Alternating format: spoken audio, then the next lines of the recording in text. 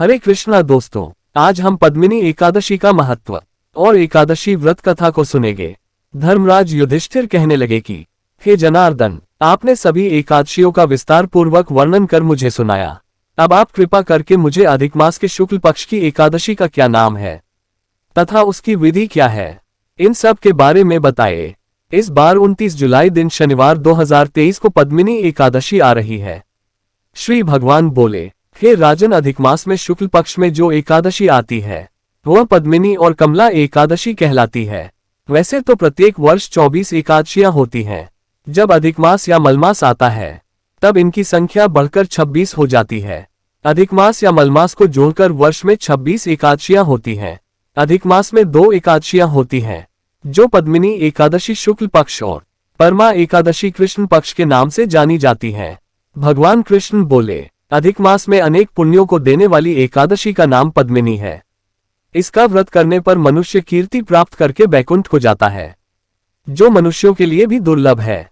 यह एकादशी करने के लिए दशमी के दिन व्रत का आरंभ करके कांसे के पात्र में जौ चावल आदि का भोजन करें तथा भूमि पर सोए और ब्रह्मचर्य व्रत का पालन करें।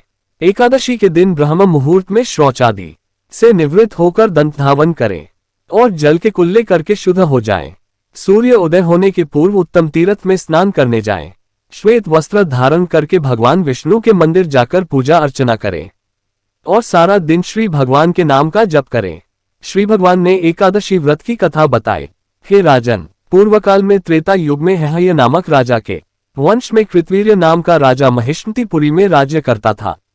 उस राजा की 1000 परम प्रिय रानियां थीं, परंतु उनमें से किसी को भी पुत्र नहीं था जो कि उनके राज्य भार को संभाल सके। देवता, पितृ, सिद्ध तथा अनेक चिकित्सकों आदि से राजा ने पुत्र प्राप्ति के लिए काफी प्रयत्न किए, लेकिन सब असफल रहे। तब राजा ने तपस्या करने का निश्चय किया। महाराज के साथ उनकी परमप्रिय रानी भी गईं, जो इक्ष्वाकु वंश में उत्पन्न हुए। राजा हरिश्चंद्र की पद्मिनी नाम वाली कन्या थी। राजा के साथ वन में जाने को तैयार हो गई। दोनों अपने मंत्री को राज्य भार सौंपकर राजसी वेश त्याग कर गंधमादन पर्वत पर तपस्या करने चले गए। राजा ने उस पर्वत पर 10,000 वर्ष तक तप किया, परंतु फिर भी पुत्र प्राप्ति नहीं हुई।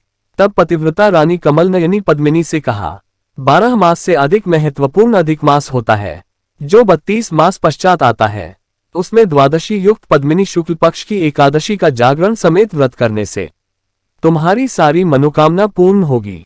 इस व्रत के करने से भगवान तुम पर प्रसन्न होकर तुम्हें शीघ्र ही पुत्र देंगे।